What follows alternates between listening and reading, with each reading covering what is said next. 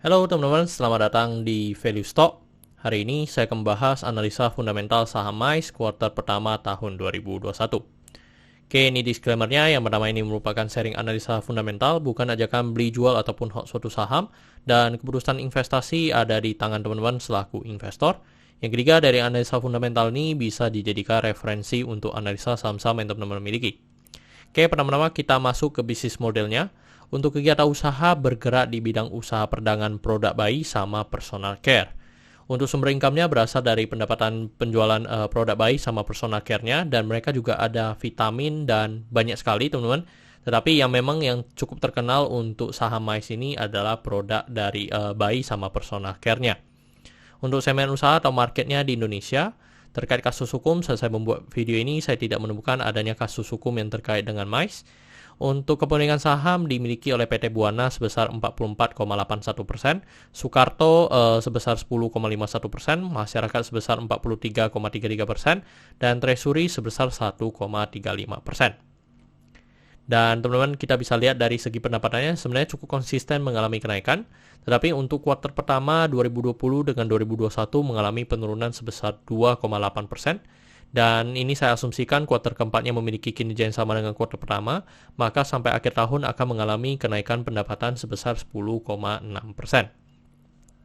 Dan dari segi net profit 2020 sangat kecil sekali, dan 2021 ini mengalami kenaikan ya teman-teman. Kalau secara kuartal pertama aja mengalami kenaikan 49,3%, hampir 50%.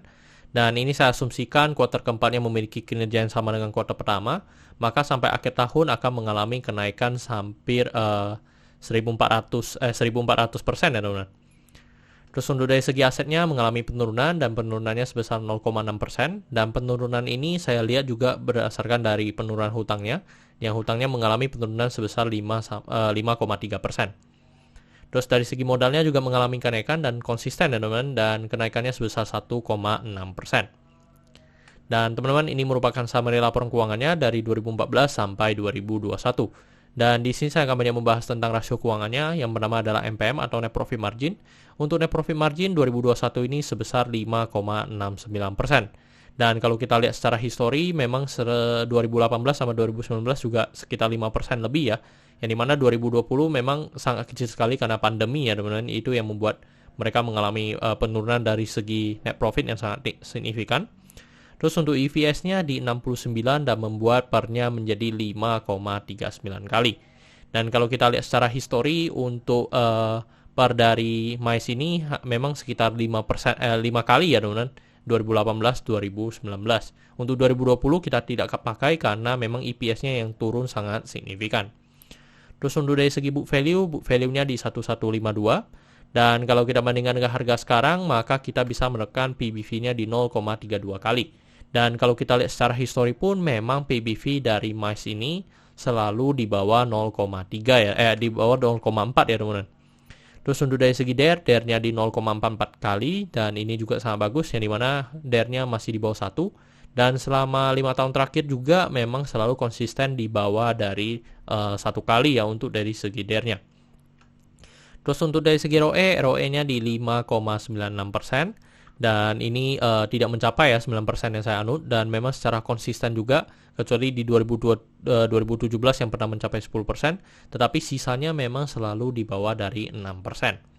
Terus untuk ROA di 4,15%. Oke teman-teman, saat saya membuat video ini untuk harga sahamnya di 370, dan dari analisa fundamental saya bisa menekan nilai intrinsic value dari saham MICE ini sebesar Rp600.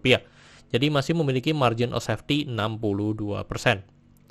Dan ini kesimpulannya. Yang pertama dari produk dan jasa saya berikan sesoke karena saya melihat perusahaan ini mampu bertahan 5-10 tahun ke depan. Untuk GCG saya berikan sesoke karena tidak memiliki kasus hukum. Yang kedua, memiliki pemegang saham mayoritas. Untuk revenue dan net profit saya berikan sesoke karena mengalami kenaikan. Untuk dari segi aset saya berikan sesoke walaupun mengalami penurunan, tetapi penurunannya juga membuat penurunan dari segi hutangnya. Jadi itu yang saya berikan status oke untuk segi asetnya. Dan liability saya berikan sesoke karena DER-nya di bawah 1. Untuk book value saya berikan sesoke karena harga jual sekarang di bawah harga book value-nya. Untuk sektor sebenarnya tidak ada hal yang perlu kita concern, jadi jika liability-nya oke, saya berikan sektor ini oke. Untuk ROE saya berikan sesno karena di bawah 9% yang saya anut. Untuk margin of safety, saya berikan oke karena positif. Untuk dividen, saya berikan oke karena selama 5 tahun terakhir untuk saham MICE ini cukup royal membagikan dividen kepada investornya. Oke teman-teman, jadi kesimpulannya adalah 10 dibanding 11. Dan pertanyaannya adalah apakah saya akan membeli saham MICE ini?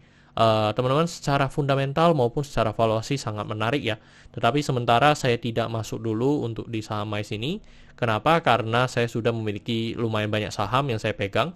Jadi saya tidak tertarik lagi untuk invest di saham baru. Mungkin saya akan average down ataupun hanya fokus di saham yang saya miliki dulu sampai mencapai target profitnya saya.